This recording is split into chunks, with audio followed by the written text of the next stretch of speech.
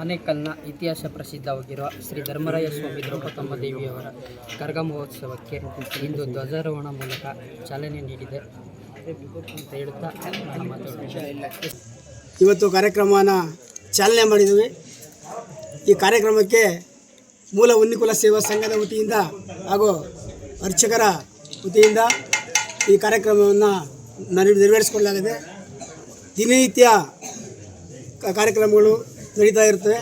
ಅದೇ ರೀತಿ ಎಲ್ಲ ರೀತಿಯ ಸಾರ್ವಜನಿಕರು, ತಾಲೂಕಿನಾದ್ಯಂತ ಎಲ್ಲ ಸಂಘ ಸಂಸ್ಥೆಗಳು ಎಲ್ಲರೂ ಸಹ ಈ ಕಾರ್ಯಕ್ರಮಕ್ಕೆ ಭಾಗವಹಿಸಿ ಅತಿ ವಿಜೃಂಭಣೆಯಿಂದ ಕರಗ ಮಹೋತ್ಸವವನ್ನು ಆಚರಣೆ ಮಾಡಬೇಕು ಅಂತ ನಮ್ಮ ಕೈ ಬಲಪಡಿಸಿ ಕೈ ಜೋಡಿಸಬೇಕು ಅಂತ ಹೇಳಿಬಿಟ್ಟು ಇಡೀ ಎಲ್ಲ ಆನೇಕಲ್ ತಾಲೂಕಿನ ಎಲ್ಲ ನಾಗರಿಕರಲ್ಲಿ ಮನವಿ ಮಾಡ್ತಾ ನಾಳೆಯಿಂದಾನೇ ಒಟ್ಟಾಗಿ ಈ ಕರಗೋತ್ಸವವನ್ನು ಚೆನ್ನಾಗಿ ಎಲ್ಲ ನೆರವೇರಿಸೋಣ. ನಾಗರಿಕರಿಗೆ ವಿನಂತೆ ಎಲ್ಲ ಸೇವಕರ್ತರು ಬಂದು ಈ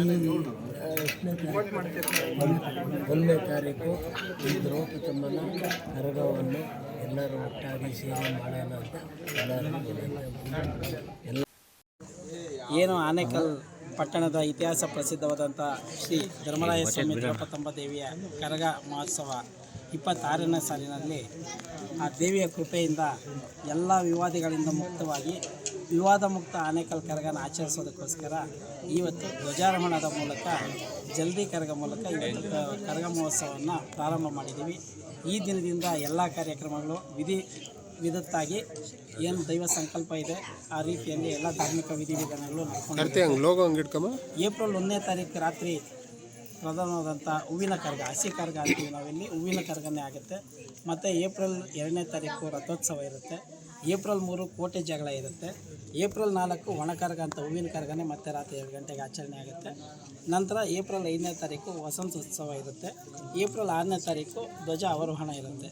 ಇದು ಈ ಒಂದು ಆನೇಕಲ್ನ ಕರಗ ಶಕ್ತೋತ್ಸವದ ಒಂದು ಆಚರಣಾ ಪದ್ಧತಿಗಳು. ಇವತ್ತಿಂದ ಪ್ರತಿದಿನ ದೇವರ ಉತ್ಸವ ಇರುತ್ತೆ.